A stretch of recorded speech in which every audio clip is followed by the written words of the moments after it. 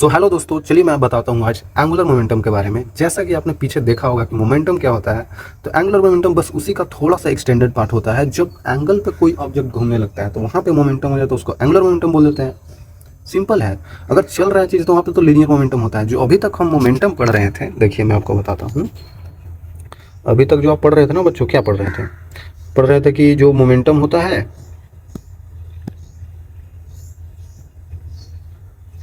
P equal to M भी। अभी तक तो बच्चों यही हम देख रहे थे, P इक्वल टू एम भी। तो यहाँ पे P इक्वल टू एम भी हम बोल रहे थे कि मोमेंटम बराबर P equal to M V होता है, बट ऐसा नहीं है। ये मोमेंटम नहीं बच्चों, ये लीनियर मोमेंटम होता था, है ना, लीनियर मोमेंटम होता था। अब अगर आप ढंग से पढ़े होंगे तो आपको पता होगा कि लीनियर मोमेंटम ये था, ये एंगुलर नहीं था। मतलब ये सिर्फ मोमेंटम नहीं बोलना चाहिए, पूरा लीनियर मोमेंटम इसको बोलना चाहिए। वो एम भी के बराबर होता है, ठीक है। तो अब यहाँ पे क्या है ना कि यहाँ पे चीज़ें कैसी हो रही थी बच्चों, आप सोचिए ना। वहाँ पे हम आपको बताते थे कि जब कोई ब्लॉक मान लेते हैं ये v वेलोसिटी से चल रहा हो ऐसे करके, तो इसका मोमेंटम क्या होगा, m मास है, तो इसका मोमेंटम हम बता देते थे p इक्वल टू एम भी हो जाएगा। और चेंज इन मोमेंटम भी बताते थे। अगर यहाँ पे चलते चलते यहाँ पे इसका कुछ वेलोसिटी v डैश हो गया, मास m है, तो change in momentum final momentum यहाँ पे और इनिशियल मोमेंटम ये है, तो डेल्टा p क्या हो जाएगा, p final minus p initial. I think आपको क्लियर होगा बच्चों, इतना तो आपने देखा ही होगा, ठीक है। इतना तो आपको पता ही होगा कैसे होता है। तो चेंज इन मोमेंटम इस तरीके से हम लोग ऐसे बता पाते थे वहाँ पे। तो ऐसा ही चीज़ें यहाँ पे भी होगा, बस यहाँ पे थोड़ा सा डिफरेंट होता है, तो आपको समझ में आना चाहिए। जैसे एंगुलर मोमेंटम बोला जा रहा है, ठीक है, तो इसको बोला जाता है कि the turning momentum of a particle. मैंने बोला भी एंगुलर मतलब किसी एंगल पर लगने वाला मोमेंटम, मतलब किसी एंगल पे कोई ऑब्जेक्ट घूम रहा हो तो वहाँ पे मोमेंटम जो होता है, ठीक है।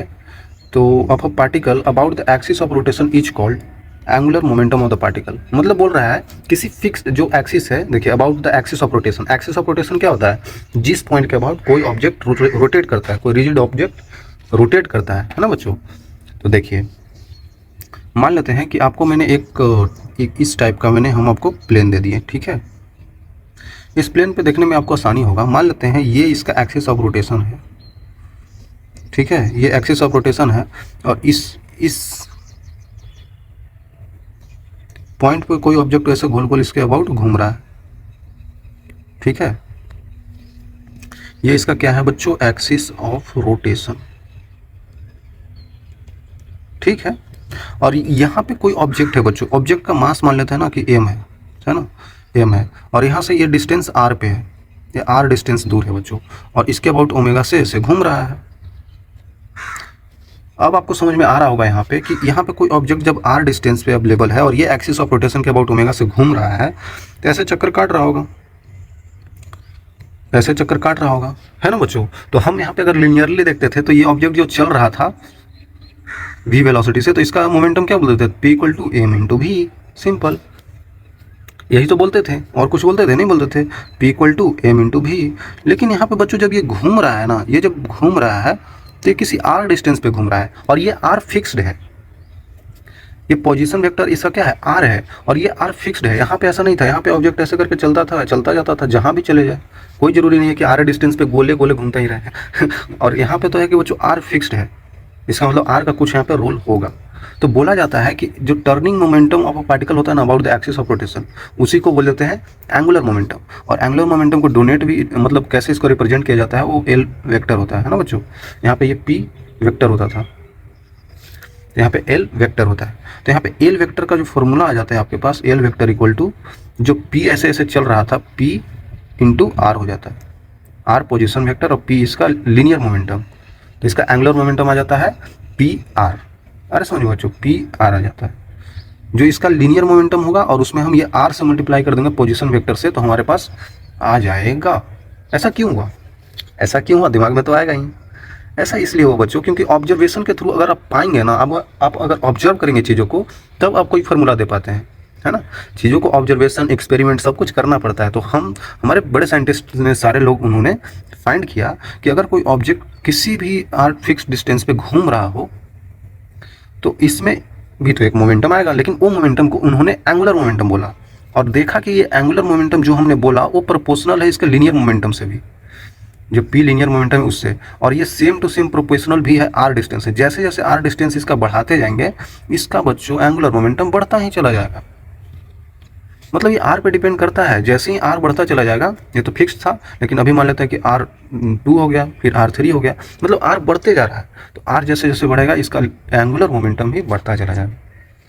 तो उसके थ्रू ये दोनों डायरेक्टली प्रोपोर्शनल बनाता है, तो ये दोनों का मल्टीप्लिकेशन ही एल दे देता है। आ रहा है समझ में? ठीक है, तो बच्चों अब आगे देखते हैं। आगे ये है, ये ऑब्जेक्ट मास एम का था, तो यहाँ पे हम लोग लिख सकते हैं ना कि यहाँ पे मोमेंटम क्या होता है, एम इंटू भी जो इसका वेलोसिटी होगा और इंटू आर वेक्टर। ठीक है, एक्चुअली में यहाँ पे देखा जाए ना तो यहाँ पे एक चीज़ छिपा हुआ है जो आपको दिख नहीं रहा है। क्या नहीं दिख रहा है? जो आर वेक्टर था, आर वेक्टर को हम लोग एक्सटेंड, हमने क्या बोला, वेक्टर को एक्सटेंड कर सकते हैं। तो ये आर वेक्टर मान लेते हैं ऐसा कुछ था, और ये एम मास था, इसका कुछ वेलोसिटी वेक्टर इस डायरेक्शन में इस तरीका का था, ऐसे ऐसे ऊपर की तरफ भी से जा रहा है। ये आर वेक्टर है इधर के, आर वेक्टर ऑरिजिन से किस डायरेक्शन में ये देखते हैं, तो ये यहाँ पे मान लेते हैं एक्सिस ऑफ रोटेशन से किस डायरेक्शन में है, इस डायरेक्शन में है, तो ये इस डायरेक्शन में बना लेते हैं, क्योंकि एक्सटेंड करेंगे तो ऐसे बनेगा और ये वेलोसिटी ऐसे बनेगा, मतलब ये पी मोमेंटम ऐसे बनेगा। तो बोला जाता है ये R vector cross P vector होता है। तो R vector cross P vector करेंगे तो हमारे पास इसका क्या आएगा,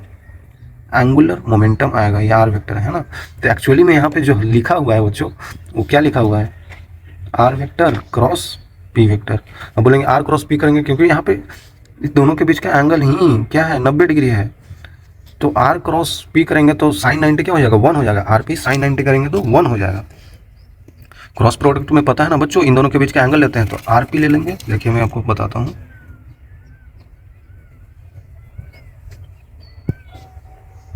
ये देखिए यहाँ पे अगर कर देंगे तो आर वेक्टर पी वेक्टर और साइन 90 कर देंगे, और साइन 90 क्या होता है बच्चों, 1 होता है ना, समझ आ रहा है समझ में। तो साइन 90 1 होता है तो क्या होगा, ये तो 1 बन जाएगा, तो ये क्या आ जाएगा, आर पी ही तो आ जाएगा जो पहले लिखा था। तो यहाँ पे क्रॉस प्रोडक्ट लेते हैं आर और पी का, ठीक है, तभी तो ये हमारे पास 1 आ जाता है। और हम फाइनली फार्मूला क्या पढ़ते हैं, ये वाली पढ़ते हैं, तो एम भी आर पढ़ लेते हैं। तो एल वेक्टर हमारे पास क्या आ जाता है, एम भी आर। ठीक है, आई थिंक आपको समझ में आ रहा होगा बच्चों, है ना, काफ़ी आसान है यार। ओके, यहाँ तक अगर आपको समझ में आ गया हो तो आगे बढ़ लेते हैं। जैसे कि देखिए यहाँ पे अगर हम इसका यूनिट वगैरह की बात कर लें, जैसे यहाँ पे क्या हो जाएगा, एल वेक्टर का यूनिट क्या हो जाएगा, यूनिट देखा जाए तो केजी, एम है, भी है क्या, मीटर पर सेकेंड, और आर क्या है, मीटर। यहाँ पे बोल सकते हैं केजी मीटर स्क्वायर पर सेकेंड हो जाएगा, है ना। डायमेंशन की बात करें बच्चों, डायमेंशन की बात करें तो क्या हो जाएगा, ये केजी था ना, ml2t-1 हो जाएगा। ठीक है, आसानी से बता सकते हैं। ओके, और बताना चाहूँ मैं इसको, अगर मैं इसको बताना चाहूँ कि जिस तरीके से आपने टॉर्क में पढ़ा था, थोड़ा थोड़ा रिलेट हो रहा होगा। वहाँ पे क्या होता था, यहाँ पे लगने वाला फोर्स को बोलते थे एफ, और ये आर वेक्टर ऐसे एक्सटेंड में तो आर क्रॉस एफ लेते थे ना, वहाँ पे आर क्रॉस एफ लेते थे तो हमारे पास टॉर्क आ जाता था, और टॉर्क वहाँ पे एक्सियल वेक्टर था। उसी तरीके से यहाँ पे एंगुलर मोमेंटम एल वेक्टर जो है वो भी एक्सियल वेक्टर है बच्चों। एक्सियल वेक्टर मतलब दो वेक्टर प्लेन में हो और उनका रिजल्टेंट वेक्टर जो भी हो वो प्लेन के बाहर हो। देखिए आगे समझाता हूँ, वैसे ही चीज़ें समझा रहा हूँ बच्चों। देखिए एक ग्राफ भी बना लेते हैं ताकि आपको और अच्छे से समझ में आ जाए। ठीक है, मान लेते हैं कि बच्चों यहाँ से किसी डिस्टेंस पे कोई पार्टिकल है, इस डिस्टेंस पे एक पार्टिकल है, ठीक है, इस पे लगने वाला फोर्स कुछ इस डायरेक्शन में है, ऐसे देखिए। ओके, ये आर वेक्टर यहाँ पे दिया हुआ है, इस पे लगने वाला क्या है बच्चों, इस पे इनिशियल जो मोमेंटम आपको दिया हुआ है पी वेक्टर दिया हुआ है। ठीक है, हम यहाँ पे मोमेंटम खेल रहे हैं, और ये ऑरिजिन है, ऑरिजिन के अबाउट है। ठीक है, ये कोई पार्टिकल है। ओके, ये वाई एक्सिस और ये आपको एक्स एक्सिस दिया हुआ है, बोल रहा है वही इसका एंगुलर मोमेंटम बताइए। एंगुलर मोमेंटम, अभी मैं एक्सियल वेक्टर पे आता हूँ, है ना, वो यहीं से क्लियर हो जाएगा। ठीक है बच्चों, देखिए ये जो पार्टिकल है ऐसे घूम रहा है, तो हमें क्या पता है, हमें पता है ये जो आर वेक्टर इस तरीक़ा से है, इसको तो ऐसे ही बताएंगे ना, ये आर वेक्टर इस तरीक़ा से है। ओके, तो आर वेक्टर को हमने क्या किया, एक्सटेंड कर दिया, इधर करके एक्सटेंड कर दिया। तो R vector cross P vector करेंगे तो देख रहे हैं क्या आ रहा है, ये आर वेक्टर को ऐसे एक्सटेंड कर दिया बच्चों, ऐसे ये आर वेक्टर और cross P vector, R cross P करेंगे तो प्लेन के बाहर जेड डायरेक्शन में आ रहा है, जेड डायरेक्शन में आ रहा है हमारा क्या, फाइनल एल एंगुलर मोमेंटम, है ना। तो ये एक्सियल वेक्टर है तभी तो ऊपर की तरफ आ रहा है, तभी तो प्लेन के बाहर आ रहा है, एक्स वाई प्लेन है, पेज है, और पेज के ऊपर मतलब कि जेड डायरेक्शन में, हाइट पे, किसी हाइट पे, आ रहा समझ में। तो उसी तरीका से देखते हैं। तो यहाँ पे बच्चों लिखना बहुत आसान है, चलिए जल्दी से कर लेते हैं। मान लेते हैं ना कि इन दोनों के बीच का एंगल मुझे दिया हुआ है फाई, फाई दे दिया है, मान लेते हैं, कोई दिक्कत थोड़ी होगा, नहीं दिया हुआ है angle between P vector and R vector इस फाई दिया हुआ है आपको, है ना। तो अब बताना है कि एल क्या होगा, एल वेक्टर क्या होगा बच्चों। तो एल वेक्टर नहीं बता पाएंगे, आसानी से बता पाएंगे। ओके, तो देखिए हमें ये समझ में आ गया कि एल वेक्टर जो था ना, एल वेक्टर क्या है, वो है R vector cross P vector. तो आपको यहाँ पे कुछ समझ में आ रहा होगा बच्चों, क्या समझ में आ रहा होगा कि R vector cross P vector है ना, तो यहाँ पे आर पी साइन 90 ले रहे हैं, ठीक है, R P sine of phi. अब बोलेंगे हम ये से डायरेक्टली कैसे लिख दिए, क्योंकि आर क्रॉस पी लिखते थे तो इन दोनों के बीच का एंगल ही तो लिखते थे, इन दोनों के बीच का एंगल लिखते हैं, तो इन दोनों के बीच का एंगल क्या है, फाई ही तो है, तो ये फाई लिख दिया। तो अब डायरेक्टली ऐसे तो लिख दिया बच्चों, ऐसे तो लिख दिया, बट यहाँ पे समझने के लिए कैसे करें, देखिए हमें हमेशा कंपोनेंट लेना है। अगर फाई का वैल्यू जीरो हो जाए, फाई का एंगल बिटवीन देम अगर जीरो हो जाए, तो फिर क्या होगा बच्चों, साइन जीरो हो जाएगा, साइन जीरो जीरो होता है, तो ये ओवरऑल बच्चों जीरो बन जाएगा, तो यहाँ पे एंगुलर मोमेंटम जीरो हो जाएगा। इसीलिए बोला जाता है कि अगर ये दोनों पैरेलल हो गया, ये आर और ये पी भी पैरेलल हो गया, तो इसका मतलब एल जीरो हो जाएगा, है ना। पैरेलल में रहेगा तो जीरो हो जाएगा, क्योंकि एंगल ही जीरो है उन दोनों के बीच में, ठीक है। तो चलिए इसको हम बनाते हैं थोड़ा सा एक्सटेंड करके। तो इधर का ये अगर फाई है, एक सेकंड, ये फाई को अच्छे से ऊपर ही लिख देते हैं, इन दोनों के बीच का एंगल बच्चों फाई है, तो ये पी कॉस फाई हो जाएगा, इधर की तरफ पी कॉस फाई हो जाएगा, और इसके परपेंडिकुलर हो जाएगा आपको पी साइन फाई हो जाएगा, है ना बच्चों, बता सकते हैं। तो अब आप ध्यान से देखें तो ये आर वेक्टर है और यही पी वेक्टर है, मतलब पी कॉस फाई है, तो इन दोनों की वजह से एंगल दोनों के बीच में क्या होगा, जीरो हो गया ना, एंगल जीरो हो गया तो इनका आएगा ही नहीं एंगल जीरो हो गया तो इसके वजह से एंगुलर मोमेंटम नहीं आएगा, इस पी वेक्टर की वजह से एंगुलर मोमेंटम नहीं आएगा, सिर्फ इसके वजह से आएगा। इसीलिए हमारा आंसर में आ रहा था आर पी साइन फाई, आ रहा बच्चों, आर क्रॉस पी करेंगे, ये क्रॉस ये करेंगे तो आर पी साइन फाई आ गया ना, यही तो आया था, ग्राफ के थ्रू भी आपको समझा दिया है ना बच्चों। तो ये हमारा क्या आया, ये एल परपेंडिकुलर आया, है ना, ये पी परपेंडिकुलर था, है ना बच्चों, तो ये एल हमारा पास परपेंडिकुलर आया। तो उसी तरीके से अगर आपको जानना हो कि पैरेलल वाला कितना आएगा, तो एल पैरेलल कितना आ जाएगा, देखिए आर और क्रॉस करेंगे पी कॉस फाई से,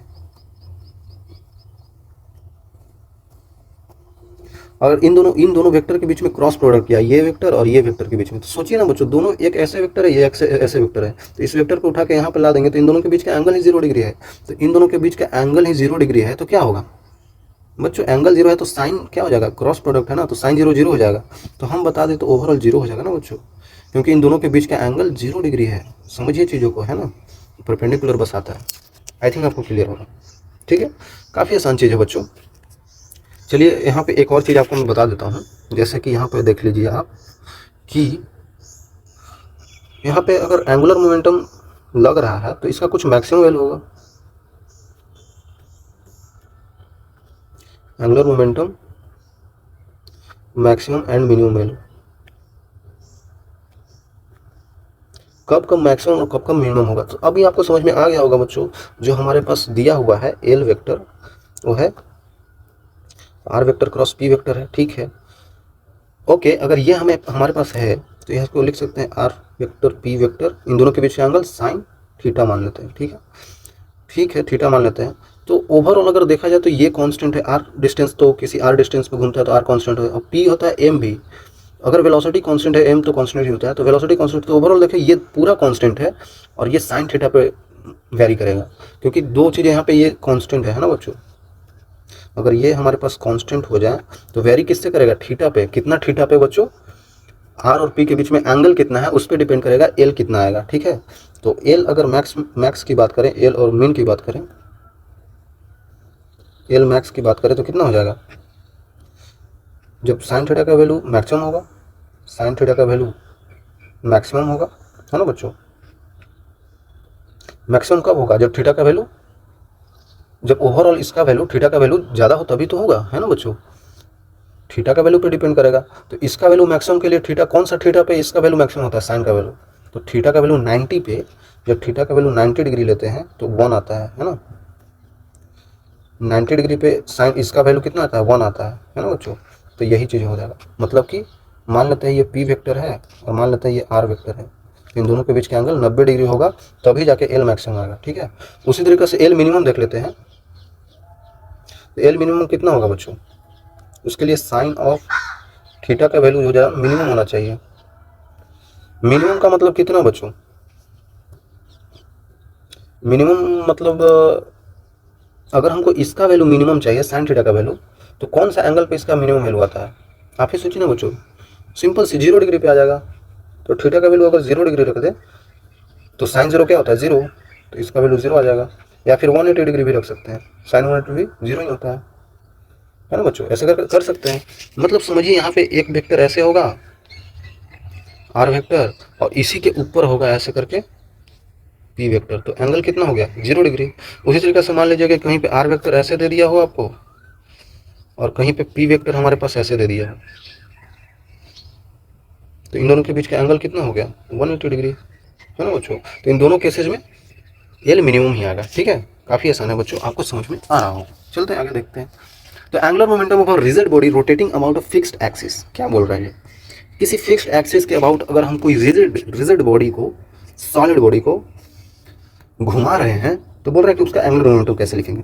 वही तरीका है, बस थोड़ा सा हम बदल देंगे। देखिए, मान लेते हैं कि ये एक ऐसा सीलिंग दिया हुआ है, ऊपर से ऐसे हम लटका दिए हैं एक चीज़ को।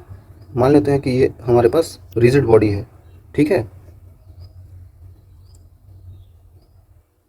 नीचे से भी हमने फिक्स कर दिया। अब देखिए, अब मजा आएगा। हमने क्या किया है ना कि धागा ले लिया है, धागा से क्या किया ना, धागा या फिर सॉलिड रोड जो कि थिन हो, जो मासलेस टाइप हो, तो उसके अबाउट ऐसे दोनों तरफ से ऐसे कर दिया और बीच में कोई ऑब्जेक्ट ऐसा लगा दिया, और इसको हमको गोल गोल घुमाना है। तो गोल गोल घूमते रहेगा ना, ये गोल गोल घूमता रहेगा ऐसे ऊपर। दोनों टाइट है बच्चों, है ना, ये दोनों टाइट है। तो ये कोई रिजिड बॉडी है, ये इसके अबाउट ऐसे करके गोल गोल घूमता रहेगा। इसके अबाउट गोल गोल ओमेगा से घूम रहा होगा, ये भी इसके अबाउट ओमेगा से घूम रहा होगा। ठीक है, तो ये एक्सिस, इसका एक्सिस ऑफ रोटेशन ध्यान से देखना है। इसका एक्सिस ऑफ रोटेशन कुछ और नहीं, यही वाला लाइन है ना बच्चों। इसी के अबाउट गोल गोल घूम रहा है।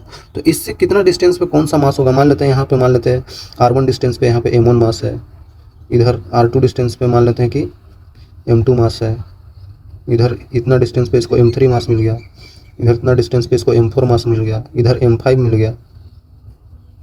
इतना डिस्टेंसेस पे मान लेते हैं r1 distance, r2 distance, r3 distance, r4 distance, r5 distance. मतलब ऐसे डिस्टेंस पे चीज़ें, मतलब डिस्क्रीट मास सिस्टम है बच्चों। अरे समझ में, ऐसे समझिए ना कि थर्माकोल का कुछ हमने लगा दिया है और उसमें हर जगह पे छेद कर करके वहाँ पे मासेज रख दिया है। यहाँ पे मास है, यहाँ पे मास है, और बाकी सब चीज़ें तो खाली है ना। बाकी सब चीज़ों पे मतलब कहीं कुछ मास नहीं है, बस यहाँ मास है, यहाँ मास है, यहाँ मास है, यहाँ मास है, यहाँ मास है। समझिए ना, थर्माकोल का गोल ऐसे करके बना दिया है कुछ, वहाँ पे छेद कर करके सब जगह मासेज रख दिया। तो वो मासेज क्या है, वहीं पे तो है, और बीच में सब थर्माकोल खाली है ना बच्चों। तो इनके वजह से एंगुलर मोमेंटम आएगा, इनके वजह से, इन सब के वजह से एंगुलर मोमेंटम यहाँ पे आ रहा होगा। और हमें पता है आर वेक्टर ऐसे है, एक्सिस ऑफ रोटेशन से इस डायरेक्शन में, इस डायरेक्शन में, इस डायरेक्शन में, है ना, हमें ये पता है बच्चों। तो चलिए निकालते हैं। ओके, तो angular momentum of a rigid body rotating about a fixed axis. ठीक है, फिक्स्ड एक्सिस तो यही है। तो एंगुलर मोमेंटम मान लेते हैं कि एल है हमारे पास। तो एल टोटल जो होगा, एल टोटल होगा, मतलब सभी की वजह से ना, यहाँ पे बहुत सारे पार्टिकल है ना बच्चों, एक ये ऐसे करके बहुत सारे हैं। तो पूरा ओवरऑल अगर हम लिखेंगे तो एल टोटल लिखेंगे। और एल टोटल क्यों होगा, क्योंकि ये सबको हम जोड़ देंगे, है ना, सबको जोड़ेंगे तो एल टोटल आ जाएगा। Vector summation of L total equal to L1 vector plus L2 vector plus L3 vector. ऐसे करके हम चीज़ें को जोड़ देंगे तो हमारे पास टोटल एंगुलर मोमेंटम आ जाएगा। ओके, तो L1 कितना होगा बच्चों, L1 देखिए, L1 अगर L1 का वैल्यू पूछा जाए तो कितना हो जाएगा, L1 इंटू P1 थी। जैसे आप बता सकते हैं ना R1 और इन दोनों के बीच का एंगल 90 डिग्री होगा। कैसे, ये R वेक्टर है और ये घूम कैसे रहा है ऐसे, तो इन दोनों के बीच का एंगल 90 डिग्री। ये R वेक्टर है और घूम कैसे रहा है, ऐसे घूम रहा है, तो ऐसे P मोमेंटम है ना यहाँ पे, तो एंगल 90 डिग्री है। उसी तरीके से ये भी गोल गोल घूम रहा है, तो इसका भी इधर की तरफ मोमेंटम है और R वेक्टर ऐसे है, तो दोनों के बीच का एंगल 90, सब जगह 90 है। तो हमें साइन 90 लिखने की ज़रूरत नहीं है, हम डायरेक्टली बता सकते हैं कि R R1 P1 plus R1 P1 लिख सकते हैं ना, R1 P1 तो लिख ही सकते हैं। तो मैं ऐसे क्यों लिख रहा हूँ बच्चों, अच्छा समझाने के लिए लिख रहा हूँ। उसी तरीक़ा से आप अगर चाहें तो L2 भी लिख सकते हैं, कितना हो जाएगा R2 P2 हो जाएगा। उसी तरीक़ा से आप L3 भी लिख सकते हैं, वो R3 और P3 हो जाएगा। ठीक है, सिंपल है। तो अब देखें यहाँ पे तो L1 का जो वैल्यू आ रहा है वो कितना आ रहा है बच्चों, R1 तो ऐसे ही रहेगा। तो P1 क्या होगा, P1 मतलब कि पहले पार्टिकल का, ये पहले पार्टिकल का मोमेंटम, तो यहाँ P1 हो जाएगा। तो पहले पार्टिकल का मोमेंटम क्या होगा, P1 equal to M V1 है ना, उसका मान लेते हैं कुछ वेलोसिटी V1 होगा। ठीक है ठीक है, तो R1 इंटू M1 क्योंकि पहली का मास है इंटू V1 लिख सकते हैं। ठीक है, उसी तरीक़े से यहाँ पे L2 लिखना हो तो L2 हम बता सकते हैं कि R2 इंटू मास 2 इंटू उसका वेलोसिटी V2 होगा कुछ। ठीक है, उसी तरीक़े से L3 लिखना है तो R3 इंटू M3 V3 लिख सकते हैं। ऐसा करके चीज़ें हम बना सकते हैं। ठीक है, यहाँ तक तो समझ में आ रहा होगा। अब आगे देखते हैं फिर से L1 का वैल्यू कितना हो जाएगा।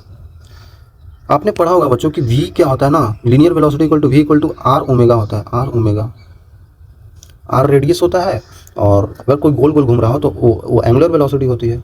ये एंगुलर वेलोसिटी और ये उसका रेडियस, ये लीनियर वेलोसिटी। ठीक है, तो V equal to R omega यहाँ पर डालते हैं बच्चों, क्या आता है देख लेते हैं।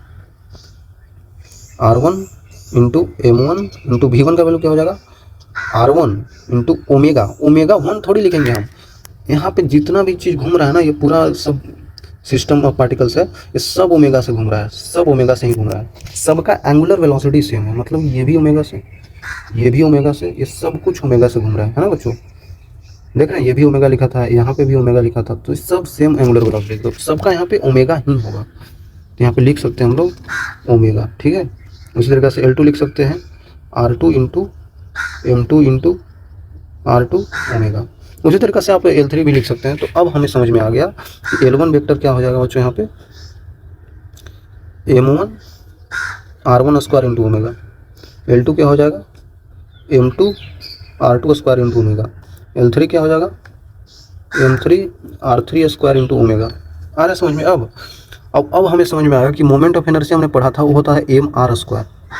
किसी भी रोटेटिंग ऑब्जेक्ट का मोमेंट ऑफ इनर्शिया जो होता है mr स्क्वायर, उसका मास और वो कितना दूरी है एक्सिस ऑफ रोटेशन से। तो ये छोटा सा पार्टिकल यहाँ से कितना दूर है r1 पे, ऐसे घूम रहा है, तो इसका मोमेंट ऑफ इनर्शिया क्या हो जाएगा I1 m1 R1 स्क्वायर। तो उसी तरीके से इसको हम I1 बोल सकते हैं, इतना को I1 बोल सकते हैं। ये कितना है, ये I1 है, ये कितना है, ये I2 है, ये कितना है I3 है। उसी तरीके से हम बोल सकते हैं सब चीज़ों को। ठीक है, काफ़ी आसान बच्चों। तो अब हमें पता चल गया कि L1 को ऐसे भी लिख सकते हैं, L1 equal to I1 omega, L2 equal to I2 omega, L3 equal to I3 omega. तो अब हमें इतना सब करने के बाद हमें समझ में आ गया कि कुछ ज़्यादा चीज़ें हमें समझ में नहीं है। यहाँ पे सिंपली L टोटल लिख सकते हैं, वो कितना हो जाएगा I1 omega plus I2 omega plus I3 omega plus, ऐसा करके जितना भी पार्टिकल होगा हम लिख देंगे। तो यहाँ ओमेगा कॉमन है, तो यहाँ पे I1 plus I2 plus I3 plus dot dot dot into omega.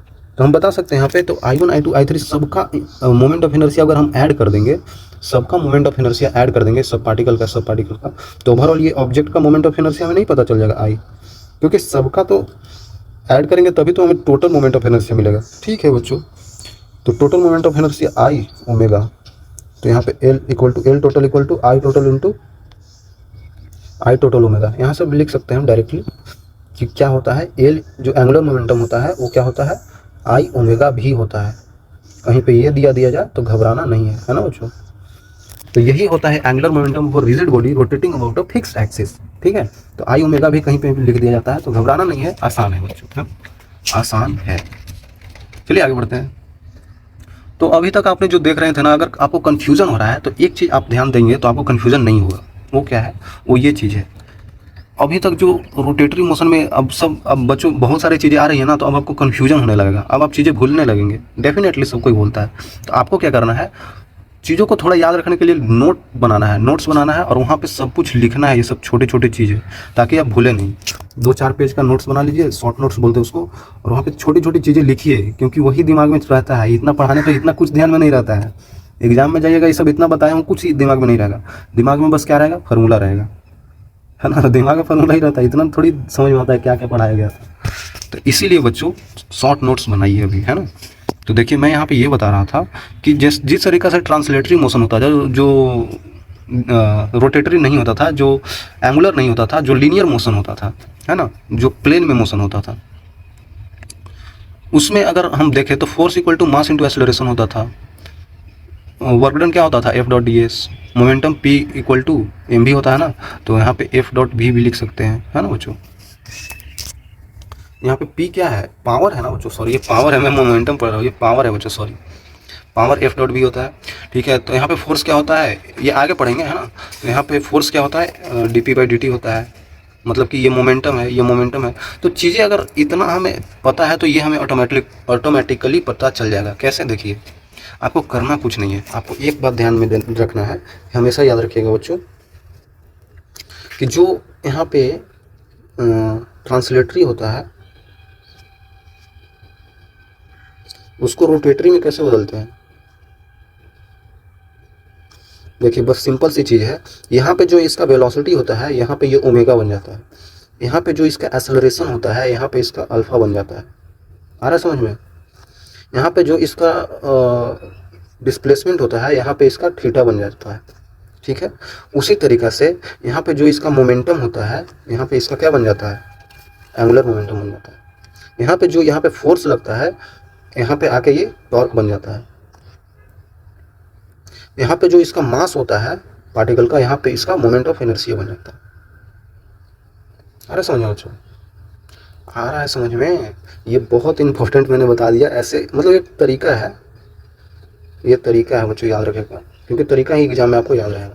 तो ऐसे चीज़ें अगर चेंज होती है, कैसे, जो यहाँ पे वेलोसिटी तो यहाँ ओमेगा, एक्सेलरेशन अल्फा बन जाता है, इस तरीके से सब चीज़ें चेंज हो जाती है। आ रहा है समझ में। इसी तरीके से अगर आप याद रखेंगे तो आपको सब कुछ याद हो जाएगा। जिस तरीके से अब देखिए, जिस तरीके से आपने पी इक्वल टू एम भी वहाँ पर पढ़ा था, तो यहाँ पे क्या हो जाता है, एल बन जाता है एंगुलर मोमेंटम, हो जाता है आई ओमेगा। तो समझिए वहाँ पे क्या होता था, एम को यहाँ पे हमने आई से रिप्लेस कर दिया, भी को ओमेगा से। तो इस तरीक़ा से याद रख सकते हैं, याद रखने का तरीका ऐसे है, ठीक है, ऐसे आप भूलेंगे नहीं। तो ये चीज़ आप ध्यान में रखिएगा, ठीक है। आई थिंक आपको क्लियर होगा बच्चों। तो चलिए आगे चलते हैं, ये बस तरीका था याद रखने का। तो कंजर्वेशन ऑफ एंगुलर मोमेंटम काफ़ी आसान है। जैसे कंजर्वेशन ऑफ लीनियर मोमेंटम हमने पढ़ा था, कंजर्वेशन ऑफ लीनियर मोमेंटम आपने पढ़ा होगा ना बच्चों, उसी तरीके से कंजर्वेशन ऑफ एंगुलर मोमेंटम। अगर कहीं पे लीनियर मोमेंटम कंजर्वेशन होता था,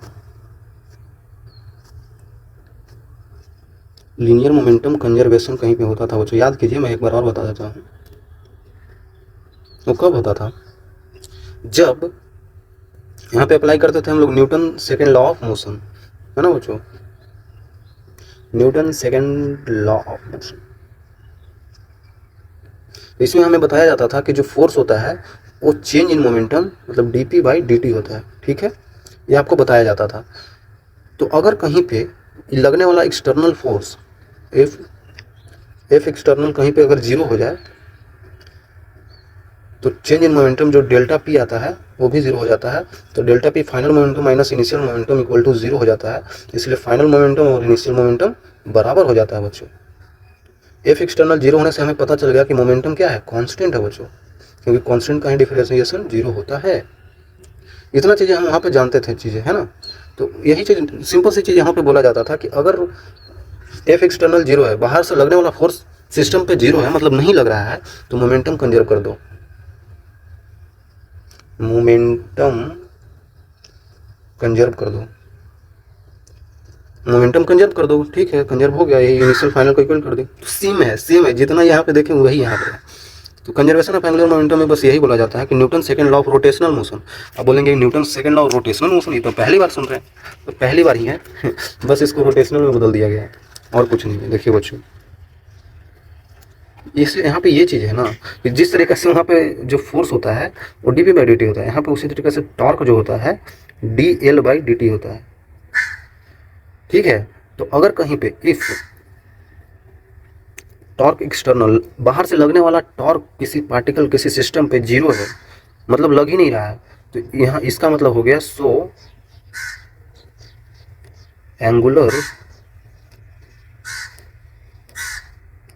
एंगुलर मोमेंटम इज कंजर्व।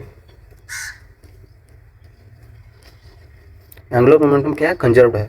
इसका मतलब कि जो हमने लिखा है टाउ, अगर बड़े एलिमेंट के लिखे delta L by delta T, तो यहाँ पे लिख सकते हैं डेल्टा एल का वैल्यू क्या हो जाएगा, 0 हो जाएगा। मतलब L final minus L initial क्या हो जाएगा, 0 हो जाएगा। इसलिए बोलते हैं L final equal to L initial. जो पहले का मोमेंटम था और जो बाद का मोमेंटम है वो दोनों सेम हो जाएगा। मोमेंटम नहीं, एंगुलर मोमेंटम, ठीक है, ये सेम हो जाएगा। ओके, आई थिंक आपको क्लियर होगा बच्चों, काफ़ी आसान है यार। ये ध्यान में रखेंगे तो आपसे सवाल होंगे और यही बेसिकली यूज होता है, ठीक है, यही बेसिकली यूज होता है और ये आपको ध्यान में रखना है। अगर छोटा सा चीज़ और एक छोटा सा पॉइंट देख लेते हैं बच्चों। छोटा सा पॉइंट क्या है कि when a large torque acts for on a particle for a small time, then angular impulse, जो एंगुलर इम्पल्स होगा वो of the torque is given by, कैसे बता सकते हैं, बिल्कुल सिंपली बता सकते हैं। जिस तरीके से वहाँ पे आपने पढ़ा था कि जो इम्पल्स लगता है व्हेन, जब बड़ा फोर्स, लार्ज फोर्स किसी शॉर्ट इंटरवल ऑफ टाइम के लिए किसी ऑब्जेक्ट पे लगता है तो वहाँ पे इम्पल्स जनरेट होता है। तो इम्पल्स क्या होता है बच्चों, आई, वही होता है यहाँ पे एफ डी टी, है ना, इंटीग्रेट कर देते थे, ये आपने देखा होगा।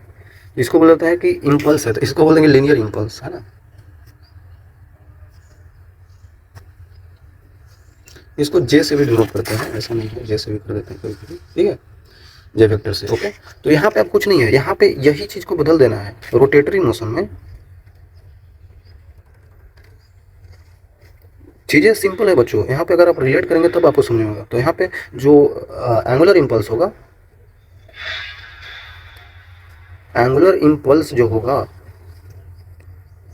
वो क्या हो जाएगा, integration of tau D T, है ना। जो लगने वाला टॉर्क है, तो वहाँ पे क्या होता था ना कि जब लार्ज फोर्स किसी स्मॉल टाइम के लिए लगता है, यहाँ पे लार्ज टॉर्क स्मॉल टाइम के लिए लगता है, ठीक है। तो यहाँ पे एंगुलर हो जाती है चीज़ें, एंगुलर हो जाती है, ठीक है। ये चीज़ आपको ध्यान में रखना है। सिंपल है यार, बस इसी को हमने क्या किया, थोड़ा सा बदल दिया, टाउ में चेंज कर दिया, सिंपल है। और आपको पता होगा बच्चों कि टाउ डी टी जो होता है, मतलब टाउ डी टी क्या होता है, एंगुलर इम्पल्स यहाँ पे मान लेते हैं कि आई ही मान लेते हैं, क्या मान सकते हैं, आई ही मान लेते हैं, और टाउ डी टी होता है। तो अगर मैं आपको बताऊं कि अभी हमने पढ़ा कि जो एल होता है D tau by D T होता है, ठीक है। सॉरी बच्चों, यहाँ पे हमने थोड़ा सा गलती लिख दिया, यहाँ पे ये नहीं होता है, यहाँ पे ये नहीं होता है, यहाँ पे ये होता है कि टाउ, जो यहाँ पे टाउ होता है ना, वो होता है D L by D T, है ना। तो यहाँ से लिख सकते हैं कि डी एल का वैल्यू कितना आ रहा है, टाउ डी टी आ रहा है, टाउ डी टी। तो यहाँ पे डी एल का वैल्यू जो आ रहा है ना, यही टाउ डी टी है, तो इसको हम डी एल से भी बोल सकते हैं, मतलब डेल्टा एल। अभी डी टी है तो हम यहाँ पे डी एल लिख सकते हैं, ये डी एल होता है। डी एल मतलब क्या है, अगर लॉन्ग चीज़ के लिए देखें तो डेल्टा एल है, मतलब change in momentum, change in angular momentum, मतलब L final minus L initial. तो इम्पल्स, एंगुलर इम्पल्स जो होता है, एंगुलर इम्पल्स भी है, वो क्या होता है, L final minus L initial. ये आपको समझ में आना चाहिए, ये भी चीज़ यूज होता है कहीं कहीं पे, ठीक है, आसान है कुछ। चलिए आगे देखते हैं। ओके, कुछ सवाल करना होगा हमें बच्चे, कुछ सवाल करना होगा, चलिए करते हैं। ज़्यादा हार्ड नहीं, आसान सवाल ही है। देखिए, यूनिफॉर्म रोड ऑफ मास दिया हुआ है 15 kg का है, ठीक है। लिंस अगेंस्ट, मतलब लिंस मतलब कहीं पे रखा गया है, against a smooth vertical wall. एक स्मूथ वर्टिकल वॉल है, जो कि आप देख सकते हैं यहाँ पे भी एक वॉल है, लेकिन ये वर्टिकल नहीं है मतलब वर्टिकल है बट स्मूथ नहीं है, ठीक है, कुछ भी दीवार है। Making an angle 37 degree with horizontal. Okay, मतलब एक यूनिफॉर्म रॉड है बच्चों, ठीक है। पहले तो दीवार बना लेते हैं, है ना, दीवार बनाना पड़ेगा, दीवार बनाना पड़ेगा बच्चों। दीवार तो मोटा होता है, तो मोटा दीवार बनाना पड़ेगा। एक ये दीवार है और एक नीचे का ये ग्राउंड है।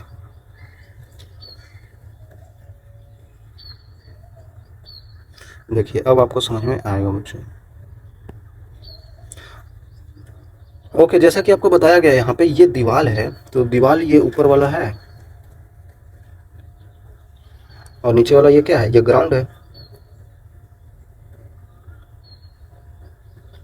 और एक हमने रॉड है, रॉड को रख दिया है बच्चों किस तरीके से, ऐसे ऐसे ही तो रखा है, ठीक है, लीन्स किया गया है और एंगल भी दिया है, मतलब कि टेढ़ा ही रखा होगा हमने।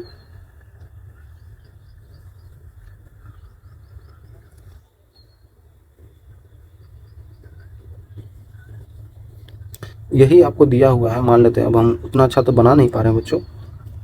ये देखिए, ये आपको रॉड दिया हुआ है, ठीक है, ये रॉड दिया हुआ है और रॉड ऐसे रखा हुआ है। ओके, रॉड का मास दे दिया है मुझे, मास दे दिया है वो 15 kg का है, और इसका कुछ लेंथ होगा, मान लेते हैं एल लेंथ होगा। ठीक है, बोल रहा है कि the other end rests at the rough horizontal floor. अच्छा, ये रफ है ना, ये रफ है बच्चों, ये रफ है और ये क्या है, स्मूथ है। अब बोलेंगे स्मूथ खुद से लिख दिए, नहीं बच्चों, स्मूथ यहाँ पे दिया हुआ है, स्मूथ वर्टिकल वाला है ना। तो बोल रहा है कि कैलकुलेट करना है, calculate the normal force and the frictional force. Normal और frictional force exerted by the floor, नीचे वाला फ्लोर से कितना एग्जर्ट होगा, नॉर्मल फोर्स। ठीक है, तो नॉर्मल फोर्स कुछ तो लगेगा, मान लेते हैं इस पॉइंट पे जो पॉइंट टच है उससे कुछ नॉर्मल रिएक्शन है, मान लेते हैं इस पे कुछ नॉर्मल रिएक्शन, और इधर भी टच है तो इधर से भी कुछ ऐसा नॉर्मल रिएक्शन हो रहा होगा। मान लेते इधर से लगने वाला नॉर्मल रिएक्शन N1, ये हो गया N2, क्योंकि दो नॉर्मल रिएक्शन है, दोनों सेम नहीं है। सेम क्यों नहीं है, ये ध्यान से समझना पड़ेगा आपको, क्योंकि ये बच्चों स्मूथ है तो इस पर नॉर्मल रिएक्शन कुछ और होगा, लेकिन ये बच्चों रफ है, तो रफ है और ये नीचे सटा हुआ है तो नीचे mg भी लग रहा होगा। तो अगर आप देखें तो ये यूनिफॉर्म रॉड है, यूनिफॉर्म रॉड है तो सभी जगह से मास डेंसिटी बराबर होगा उसका। इसका मतलब इसको हम सेंटर ऑफ मास पे कंसिडर कर सकते हैं, क्योंकि यूनिफॉर्म है ना बच्चों, तो इसका सेंटर ऑफ मास कहीं पे यहाँ पे होगा, तो नीचे इस पे लगने वाला क्या होगा, mg, मतलब कि वेट। आई थिंक आपको क्लियर होगा बच्चों, मैं ऐसा क्यों लिख दिया यहाँ पे, हर जगह पे तो इसका मास है तो हर जगह पे तो mg लगेगा ही, लेकिन ये सेंटर ऑफ मास है बच्चों, लेकिन ये सेंटर ऑफ मास है, तो सेंटर ऑफ मास से हम पूरा मास को कंसिडर कर सकते हैं। जैसे कि देख ले सकते हैं, ये जो मार्कर है इसका सब जगह पे मास है, लेकिन इसका हर जगह पे मास है, बट हम इसको सेंटर ऑफ मास पे हम कंसिडर कर लेते हैं, तो यहाँ पे ये बैलेंस हो गया। मतलब हम सारे मास को इस पॉइंट पे कंसिडर कर सकते हैं, क्योंकि इसी पॉइंट के अबाउट ये बैलेंस हुआ है ना बच्चों। तो इसीलिए हम, क्योंकि ये यूनिफॉर्म है ना, हर जगह पे मास बराबर है इसका, यहाँ इतना एलिमेंट में इतना मास, इतना एलिमेंट में इतना मास, तो इसको हर को यहाँ पे सेंटर पे कंसिडर कर सकते हैं। ओके, भारत जैसे भारत है पूरा इंडिया, तो वहाँ पे अलग अलग राज्य हैं, कोई दिक्कत नहीं है, हर एक राज्य का अलग अलग चीज़ें हैं वहाँ पे, लेकिन हम ओवरऑल बात करेंगे तो पूरा इंडिया की तो बात करेंगे। हम इस राज्य का, इस राज्य का, सब राज्य को बताने लगे तो दुनिया में बहुत दिक्कत हो जाएगा ना, तो हम एक कंट्री का पूरा नाम बोल देते हैं इंडिया, है ना। जो दूसरी तरीके से पूरा रॉड है, हर जगह का मास है दिया हुआ है हमें, लेकिन हम टोटल अगर कंसिडर करेंगे सवाल सोल्व करने के लिए, तो उसका सेंटर ऑफ मास पे मास को कंसिडर करना ही होगा, तभी तो होगा, नहीं तो हर जगह पे अलग अलग होगा। ओके, तो अब हमें ये चीज़ें पता चल गई। ठीक है, और कुछ यहाँ पे लग रहा है, नहीं लग रहा है, सोचिए ना आप, ये नॉर्मल रिएक्शन इधर है, ये नॉर्मल रिएक्शन इधर, यहाँ पे नीचे mg लग रहा है। ओके, फ्रिक्शन, ये रफ है ना, तो रफ है तो फ्रिक्शन तो लगेगा ही। तो सोचिए ना बच्चों, सोचिए यहाँ पे अगर टेंडेंसी चलने की हो, अभी रॉड यहाँ पे चल नहीं रहा है, नीचे इधर ये चल नहीं रहा है, अगर ये चलना चाहे, अगर ये फ्रिक्शन इसको चलने दे इधर की तरफ, तो ये बच्चों रोड ऐसे ऐसे खिसकेगा, है ना, ये रोड इधर की तरफ खिसकेगा और ये इसका पॉइंट इधर के नीचे की तरफ खिसकेगा। इमेजिन कीजिए, ऐसे रोड है और ये दीवार के अबाउट ऐसे ही तो खिसकेगा, ऐसे खिसकेगा, ये पॉइंट इधर खिसकेगा, ये पॉइंट इधर खिसकेगा, ये पॉइंट चाहता है इधर खिसकना, तो फ्रिक्शन इस पर पीछे लग जाएगा, है ना। ये पॉइंट चाहता है इधर खिसकना, तो इस पर फ्रिक्शन पीछे की तरफ लग जाएगा। अब बोलेंगे कि यहाँ पे भी तो फ्रिक्शन लगेगा, ये नीचे की तरफ आ रहा है तो इससे ऊपर की तरफ फ्रिक्शन लगा देंगे, लेकिन जीरो हो जाएगा, क्योंकि ये स्मूथ है, ना बच्चों, स्मूथ है तो फ्रिक्शन लगा देते हैं, लेकिन ये फ्रिक्शन का वैल्यू जीरो हो जाएगा, तो लिखने की कोई ज़रूरत नहीं है। ओके, अब हमने सारा फोर्सेस दिखा दिया। पहला काम होता है बच्चों रोटेशनल मोशन में सवाल करने के लिए, सारा फोर्सेस को दिखा दीजिए, सारा फोर्सेस दिखा दिए। अब आपको एक्स और वाई एक्सिस के अबाउट उसको बैलेंस कर लीजिए, क्योंकि यहाँ पे ये रॉड चल नहीं रहा है, अगर रॉड चल नहीं रहा है तो क्या करेंगे, जो एक्स डायरेक्शन में फोर्स लग रहा होगा वाई डायरेक्शन में बराबर कर देंगे। नेट फोर्स सिस्टम पे इक्विलिब्रियम में है ना, तो नेट फोर्स वहाँ पे इक्वेट कर देंगे। तो सिंपली बात है बच्चों, सिंपल सी बात है, if the system is not moving,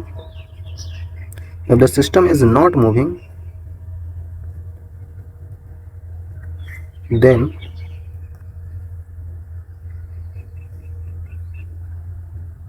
equate the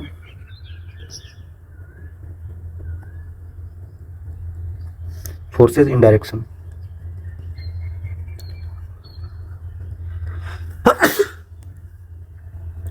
ठीक है, एक्स वाई डायरेक्शन में आप फोर्सेस को इक्वेट कर सकते हैं। तो ये रॉड है, तो इस पे एक्स डायरेक्शन में देख सकते हैं, एक्स डायरेक्शन में ये लग रहा है और इधर एक्स डायरेक्शन में ये लग रहा है, इधर ये लग रहा है, ऊपर ये लग रहा है, तो एक्स वाई में कंसिडर करके आप बना सकते हैं। तो देखिए, सिंपल नहीं बता सकते हैं, जो N1 इधर की तरफ लग रहा है normal reaction N1 equal to उधर की तरफ जो फ्रिक्शन लग रहा है, एक इक्वेशन हो गया। नीचे की तरफ जो वेट लग रहा है mg, वो हो जाएगा ऊपर की तरफ लगने वाला फोर्स N2। ठीक है, फोर्सेज को इक्वेट कर लिया हमने।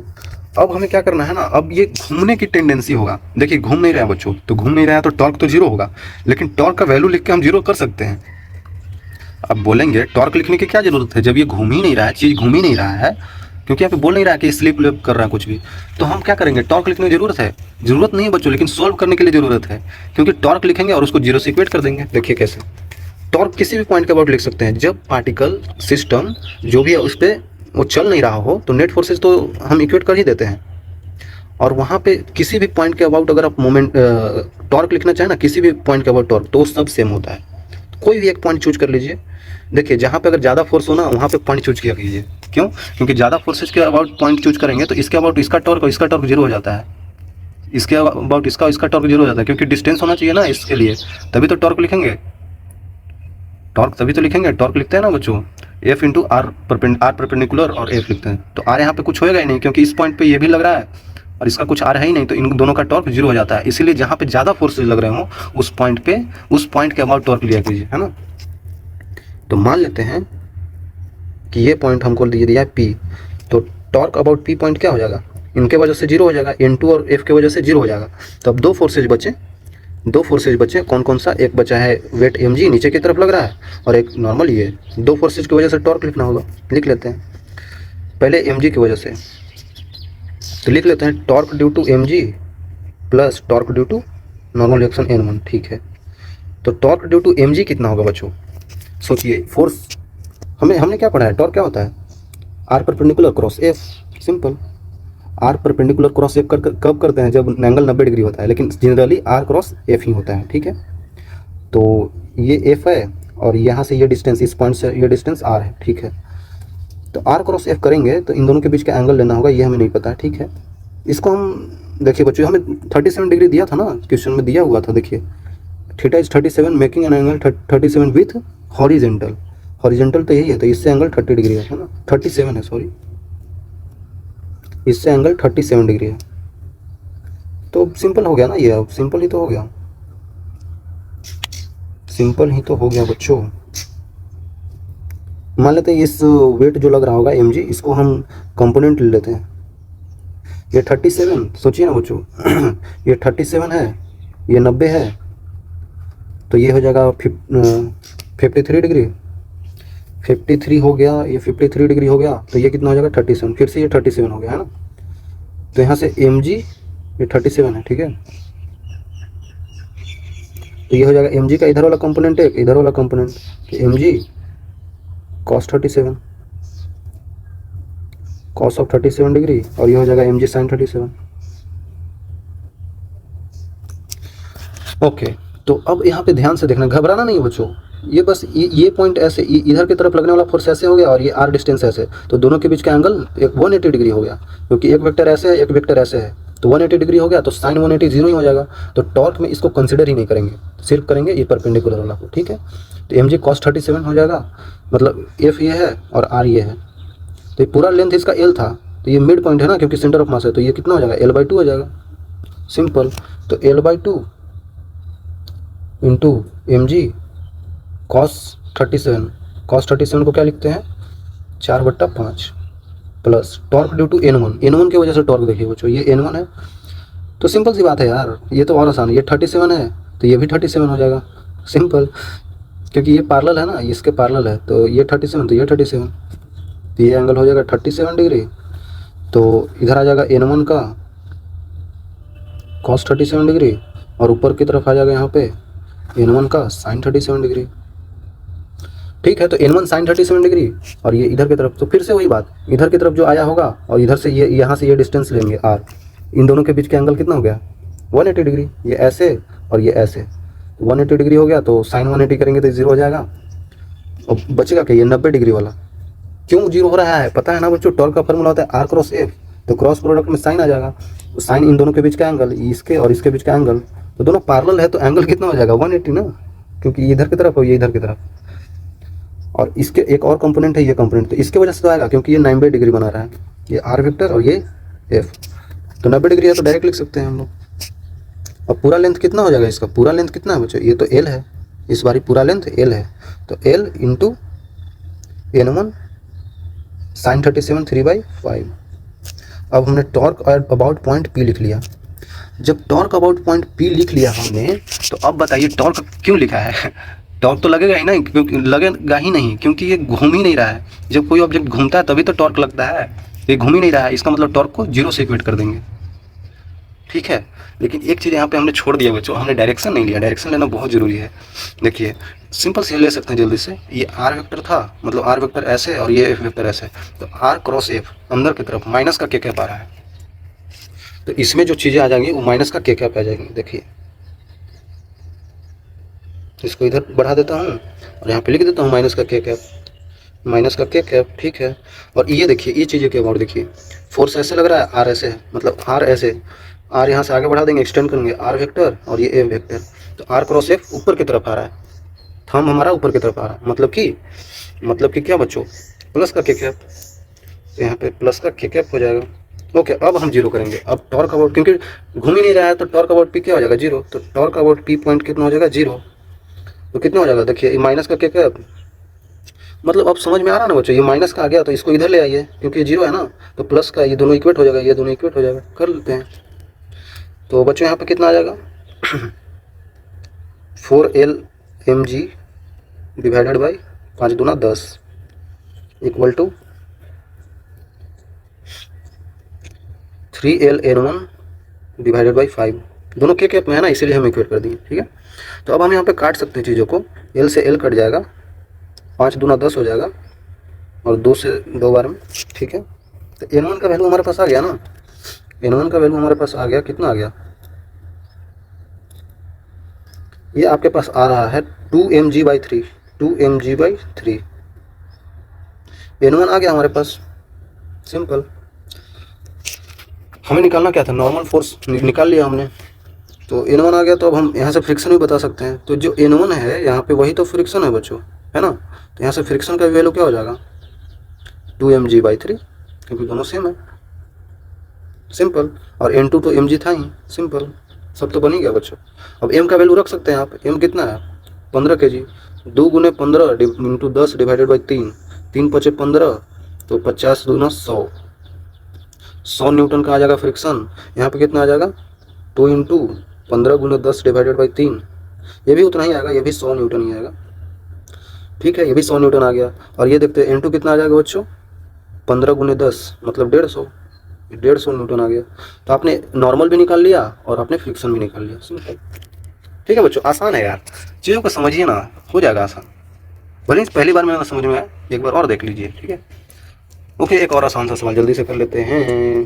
क्या बोल रहा है कि बॉडी है shown in the figure consisting 2 identical balls each of mass m, ठीक है, connected by light rod. Okay ये एक मास ये है और एक मास ये है, दोनों का मास कैपिटल M है।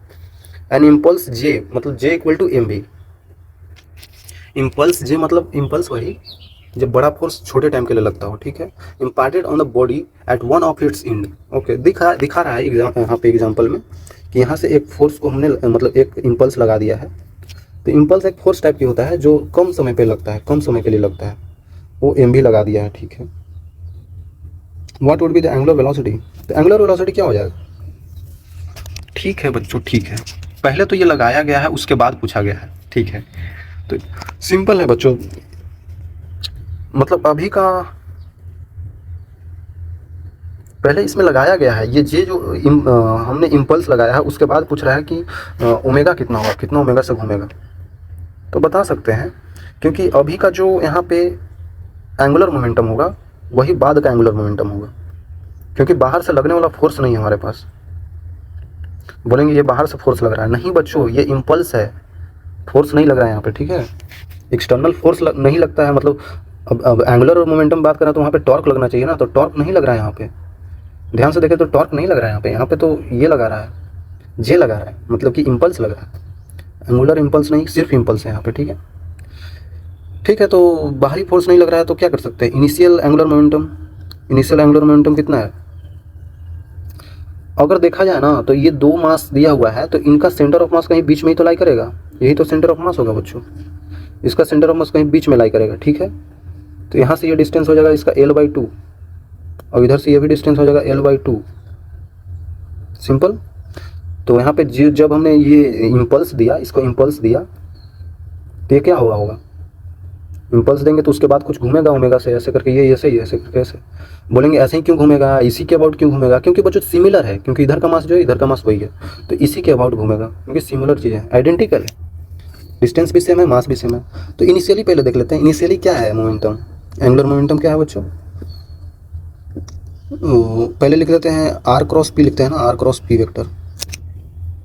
तो r सेंटर ऑफ मास से देखा जाता है, सेंटर ऑफ मास से ही तो देखा जाता है, यहाँ से कितना दूरी पे है, ये ऐसे है, और ये इधर से लगने वाला मोमेंटम ये है, क्योंकि जे जो होता है ना इम्पल्स, आपने आपको बताया ना बच्चों, इम्पल्स क्या होता है, चेंज इन मोमेंटम होता है ΔP, ठीक है, आई थिंक क्लियर होगा, अभी हमने आपको बताया था। तो यहाँ पे वही मोमेंटम ही दिया हुआ है, इनिशियली रेस्ट पे था, फाइनली एम भी है, मतलब एम भी -0 कर देंगे तो एम भी आ जाएगा, ठीक है, यही चीज़ यहाँ पे दिया हुआ है। तो लिख सकते हैं हम यहाँ पे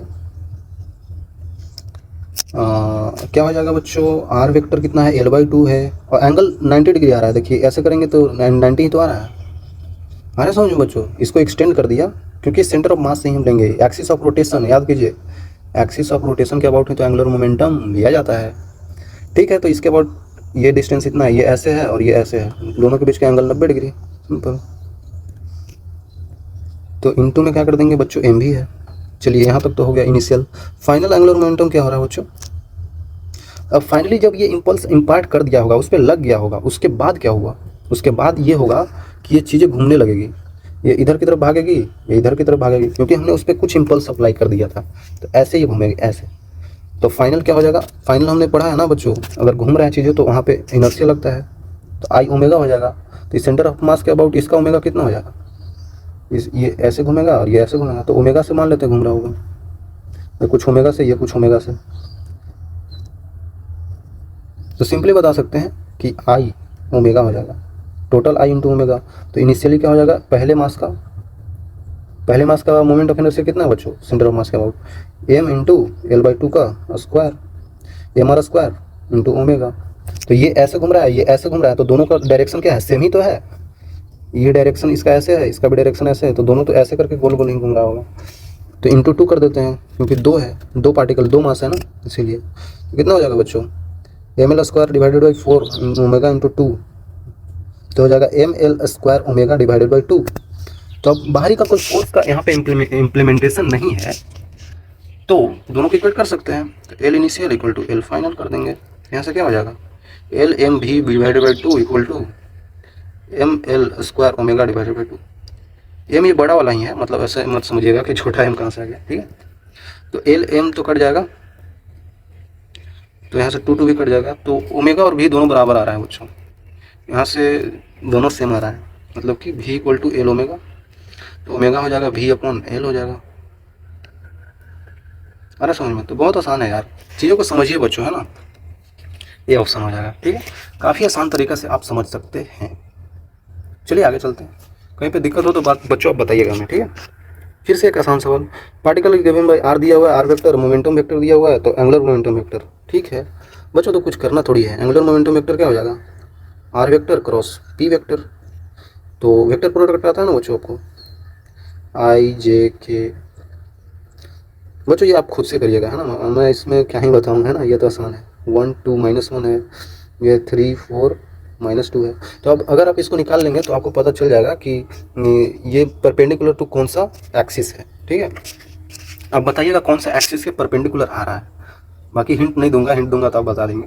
अब बताइएगा, है ना, ये मैंने टिक नहीं किया है, सॉरी किसी को लगेगा कि ये टिक कर दिया, नहीं, बताना है इनमें से कौन सा ऑप्शन होगा, है ना बच्चों, ठीक है, बताइएगा। चलिए आगे चलते हैं। तो एक और आसान सा सवाल जल्दी से देख लेते हैं, ये भी 1998 में आया था, पता नहीं उस टाइम पे हमारे फादर लोग दे रहे थे जी के एग्जाम। तो smooth uniform rod of length L, mass M है, has 2 identical bits, negligible mass, okay, masses क्या है, निग्लिजिबल साइज का है, ठीक है। Each of mass small M is slide freely along the rod, ठीक है, मतलब है ना, एक छोटा सा पतला सा पाइप दिया हुआ है, पाइप में क्या है ना कि 2 मटर के दाने की तरह छोटे छोटे बैरिंग में नहीं होता है गोला, वो गोले फंसे हुए हैं। ये छोटा सा क्या है, एक पाइप है छोटा सा, उसमें 2 मटर के दाने के बैरिंग में नहीं होता है गोल गोल, जिसकी वजह से बैरिंग नचता है, वो फंसे हुए हैं, ठीक है। Initially 2 beads are at the centre of rod, हाँ रॉड पे यहाँ पे अटके हुए हैं, and the system is rotating at angular velocity omega naught. अच्छा अच्छा, देखिए ये ओमेगा नोट से जब ये घूमने लगेगा, सोचिए ना बच्चों, about the axis of perpendicular the rod passing through the mid point of the rod as shown in the figure, ठीक है। इस एक्सिस के अबाउट अगर ये रॉड घूमने लगे तो ये ऐसे घूमेगा, ये ऐसे घूमेगा, मतलब ऐसे ऐसे गोल गोल अब घूमने लगा, ये ऐसे बीच में है, बीच में ऐसे एक्सिस है तो इसके अबाउट ऐसे ऐसे घूमने लगेगा। ये मान लेते हैं पाइप है, पाइप में यहाँ पे और यहाँ पे दो छोटे छोटे बिट्स हैं, छोटे छोटे पार्टिकल्स हैं, और जोर से घुमाएंगे तो क्या होगा, ये इधर की तरफ भागेगा, इधर की तरफ भागेगा, वही बोल रहे हैं यहाँ पे, ठीक है। Passing through the mid point of the rod as shown in the figure, there is no external force, साफ साफ बोल दिया, there is no external force, तो directly initial momentum final momentum equate कर दीजिए बच्चों, है ना, बोल दिया है आपको। तो बोल रहा है कि when beads reach at the end of the rod the angular velocity क्या होगा। ओके ओके, ये बीट्स जब चलते चलते चलते चलते यहाँ पे पहुँच जाएंगे, ये बीट्स चलते चलते यहाँ पे पहुँच जाएंगे फाइनली, तो बोल रहा है कि कितना इसका एंगुलर मोमेंटम होगा। ये तो इनिशियल था, है ना बच्चों, ये इनिशियल था, इनिशियली घुमा रहे थे, फाइनली कितना हो जाएगा वो बताना है, ओमेगा फाइनल कितना होगा, सिंपल है यार। और बोल रहा है एक्सटर्नल फोर्स भी नहीं लग रहा है, तो कुछ करना थोड़ी है, अब डायरेक्टली आप नहीं बता सकते हैं, डायरेक्टली बता सकते हैं कि जो एल इनिशियल होगा वो कितना होगा, इस एक्सिस के अबाउट कितना होगा बच्चों, सोचिए ना, ये मास का डिस्टेंस है ही नहीं, ये छोटे छोटे स्मॉल मास के हैं, तो ये तो यहीं पे है, एक्सिस ऑफ रोटेशन पे ही जो मास होता है उसका एंगुलर मोमेंटम नहीं लेते हैं। क्यों नहीं लेते हैं, क्योंकि आर कुछ डिस्टेंस तो होना चाहिए आर क्रॉस पी करने के लिए, ठीक है, इसका कुछ है ही नहीं, ठीक है। इस रॉड का तो पहले तो है कुछ, वो क्या है, तो रॉड को जब बीच से घुमाते हैं तो उसका मोमेंट ऑफ इनर्शिया क्या होता है, आई ओमेगा लिख सकते हैं ना, ओमेगा इनिशियल ओमेगा नोट, तो आई क्या होगा इसका, M L square divided by 12, M L square by 12 भी तो होगा, ऐसे ऐसे गोल गोल घूम रहा है, ठीक है, इंटू ओमेगा नोट। फाइनली क्या हो जाएगा, फाइनली क्या हो जाएगा जल्दी बताइए बच्चों। फाइनली जब ये छोटे छोटे मासेज यहाँ पे पहुँच गए होंगे, तो मासेज चलते चलते यहाँ पे पहुँच गए, ठीक, अब देखना है अब क्या होगा बच्चों, आई ओमेगा, तो आई पहले रॉड का लिखेंगे, I due to rod plus I due to balls into omega, ठीक है। तो रॉड की वजह से कितना, रॉड तो वहीं पे स्थिर है, रॉड तो बस घूम रहा है, तो घूमने की वजह से एम एल स्क्वायर बाई 12 तो इसका रहेगा ही, प्लस ये जो बॉल यहाँ पे पहुँच गए, ये जो बॉल यहाँ पे पहुँच गए तो इसकी वजह से क्या होगा, क्योंकि रोटेशन ऑफ एक्सिस तो यही है ना, इसके बाद घूम रहा है, तो इतना दूर है, कितना दूर है बच्चों। अब यहाँ पे आप कुछ सोचना नहीं है कि ये छोटे छोटे बॉल्स है तो ये हेमिस्फीयर है, सॉलिड स्फीयर है, होलो स्फीयर है, ऐसा नहीं सोचना है, क्योंकि यहाँ पे उस सब की जिक्र नहीं किया गया है, बस छोटे से बॉल हैं, बस मास सेम है, ठीक है, और कुछ नहीं दिया है, ठीक है, मास सेम है, मास सेम, तो ये घूम रहा होगा ऐसे करके, ठीक है। तो बता सकते हैं उसका, इन दोनों का क्या हो जाएगा, एक का हो जाएगा small M into L by 2 का स्क्वायर, मतलब M R square, M R square ही तो ओमेगा आई होता है, सॉरी एम आर स्क्वायर ही तो आई होता है, इंटू 2 कर देंगे क्योंकि दो मासेज हैं, इंटू ओमेगा। यहाँ पे बहुत सारी चीज़ें आपको कन्फ्यूजिंग लग सकती है, क्योंकि ये छोटा सा मास एम है ना, तो आप बोलेंगे कि पैरेलल एक्सिस थ्योरम लगेगा, क्योंकि पैरेलली यहाँ पे शिफ्ट कर दिए हैं, तो कर सकते हैं बच्चों, कोई दिक्कत नहीं है। इसके अबाउट अगर निकालना है तो आई सेंटर ऑफ मास कितना हो जाएगा, 0, क्योंकि पहले यहाँ पे था, उसके बाद शिफ्ट करिए L/2, तो L/2 शिफ्ट करेंगे तो एम आर स्क्वायर ही तो आएगा, तो वही तो L/2 का स्क्वायर कर दिया है, वैसे भी वही आएगा आप करके देखिएगा, वैसे भी वही आएगा, ठीक है। तो जल्दी से कर लेते हैं बच्चों, अब तो बहुत आसान हो गया। कितना आ जाएगा ये, M L square 2 times of M L square by 4 हो जाएगा, तो एम एल स्क्वायर बाई 2 हो जाएगा, तो कितना आ जाएगा ओवरऑल 12 आ जाएगा। एम एल स्क्वायर कितना आ रहा है, मैं कर नहीं पा रहा हूँ कैलकुलेशन बच्चों, ये 2 टाइम्स कर दिया है ना, तो 4 2 कट जाएगा ना, तो कितना आ जाएगा, M L square 7 M L square आ जाएगा, 7 एम एल स्क्वायर ओमेगा आ जाएगा, ठीक है। सॉरी बच्चों, हम जोड़ क्यों रहे हैं, अरे यार पता नहीं मैं गलती क्यों करता रहता हूँ बच्चों, जोड़ नहीं सकते हैं ना, क्यों नहीं जोड़ सकते हैं, क्योंकि ये स्मॉल एम है, ये कैपिटल एम है, जोड़ कैसे सकते हैं, ठीक है। तो अब सिंपल इक्वेट कर देना है, अब इतना सोचना नहीं है, अब कर सकते हैं L initial equal to L final, ठीक है। तो M L square divided by 12 into omega naught equal to M L square, M L square दोनों में कॉमन है, सॉरी एल स्क्वायर कॉमन है, सिर्फ एल स्क्वायर कॉमन है, ठीक है। चलिए अब कर लेंगे। एम एल स्क्वायर बाई 12 है, अब कैलकुलेशन है बच्चों, आप खुद से कर सकते हैं। Small M L square divided by 2 into omega. तो देख सकते हैं दोनों में एल स्क्वायर सब में कॉमन है, ये सब कट जाएगा। नीचे कितना हो जाएगा, ये 2, ये 6 बार में, ये 6 बार में। अब हम बता सकते हैं ना, अब ओमेगा सिंपली बता सकते हैं, तो यहाँ से ओमेगा बता दीजिए कितना हो जाएगा। M omega naught divided by क्या हो जाएगा, ये वाली नीचे चले जाएगी, ठीक है। तो हो जाएगा ये M omega M into M plus 6 times of M small M, ठीक है। ये आ जाएगा, कैलकुलेशन कर लीजिएगा आप खुद से। तो ये ऑप्शन मुझे लग रहा है कौन सा मैच कर रहा है, 6 ये है ना, डी वाली कर रही है। सिंपल, आसान है बच्चों, बस इक्वेट करना था, कुछ है थोड़ी सवाल में। जब बोल दिया क्वेश्चन में कि एक्सटर्नल फोर्स नहीं लेना है, नो, तो डायरेक्ट इक्वेट कर दीजिए इनिशियल, ठीक है। चलते हैं, ये भी बहुत आसान सा सवाल, एक और कर लेते हैं बच्चों, ये बहुत आसान है। तो यहाँ पे देखना पड़ेगा हमें कि moment of inertia of uniform rod of mass M length L about the axis through the centre on perpendicular to the length given by. ये तो सिंपल, ये तो कॉन्सेप्ट ही बता रहा है। क्या बता रहा है कि जब मोमेंट ऑफ इनर्शिया कुछ यूनिफॉर्म रॉड का लेते हैं सेंटर के अबाउट, तो क्या आता है, एम एल स्क्वायर बाई 12, यही बता रहा है। हम इसको लग रहा है कि हमें पता ही नहीं है, हमें पता है। ठीक है, तो बोल रहा है कि now consider such a pivoted at its centre and free to rotate in the vertical plane. Okay, ये तो पहले हम प्लेन पे रख देते थे, ये जो है ना हाथ पे रख दिया ना हमने, तो ये प्लेन पे हमने रख दिया इस रॉड को। तो इसके बाद तो ठीक है एम एल स्क्वायर बाई 12 है, लेकिन यही प्लेन को ऐसे कर दिया बच्चों, सीधा दीवार में चिपका दिया। ऐसे प्लेन था XY प्लेन, वैसे कर दिया, अब दीवार में इस रॉड को ऐसे पॉविट कर दिया। अब इसके अबाउट ये घूमेगा, है ना। पहले ऐसे था तो इसके अबाउट ऐसे ऐसे घूमता था, अब ऐसे कर दिए तो अब इसके अबाउट घूमेगा। तो अब हमने दीवार में इसको ठोक दिया। आपको समझ में आ रहा है कैसे किया है। दीवार मान लेते हैं कि ऐसा कुछ दीवार होगा, दीवार में बच्चों इसको क्या किया है ना, ठोक दिया है परपेंडिकुलरली ऐसे करके, यहाँ पे ऐसे ठोक दिया है। तो इसके अबाउट ये घूमेगा ऐसे करके और ये ऐसे करके, है ना, ओमेगा से। तो वही बोल रहा है। तो अब वही मैं आपको बताता हूँ। मान लेते हैं कि एक ऐसा रोड था, अब हमने इसको इसके अबाउट सेंटर ऑफ मास के अबाउट बीच में ठोक दिया है, ठीक है। ठीक है, अब ऐसे कर दिया है, कोई दिक्कत नहीं है। तो बोल रहा है, अब आगे क्या बोल रहा है कि rod is at rest in the vertical position, ठीक है, ठीक है। A bullet of mass capital M moving horizontally with speed V strikes and embedded at the one end of the rod. Okay, मतलब एक रॉड ऐसे टंगा हुआ था बीच से पॉविटे करके, यहाँ से एक छोटा सा बुलेट आ रहा है। ये बुलेट ऐसे करके आके और इसके नीचे वाली भाग या फिर ऊपर वाली कोई भी इंड को ले सकते हैं। ये कैपिटल मास एम है और v वेलोसिटी से जा रहा था, और यहाँ पे जाके सट जाता है। जब जाता है यहाँ पे तो फाइनली क्या होगा, ये ऐसे करके घूमने लगेगा, क्योंकि जाके बच्चों ये कुछ इम्पल्स से लगाएगा ना, कुछ इम्पल्स लगाएगा इस पर, कुछ इम्पल्स लगाएगा। तो इम्पल्स लगाने के बाद ये इसके साथ ये घूमने लगेगा, ठीक है।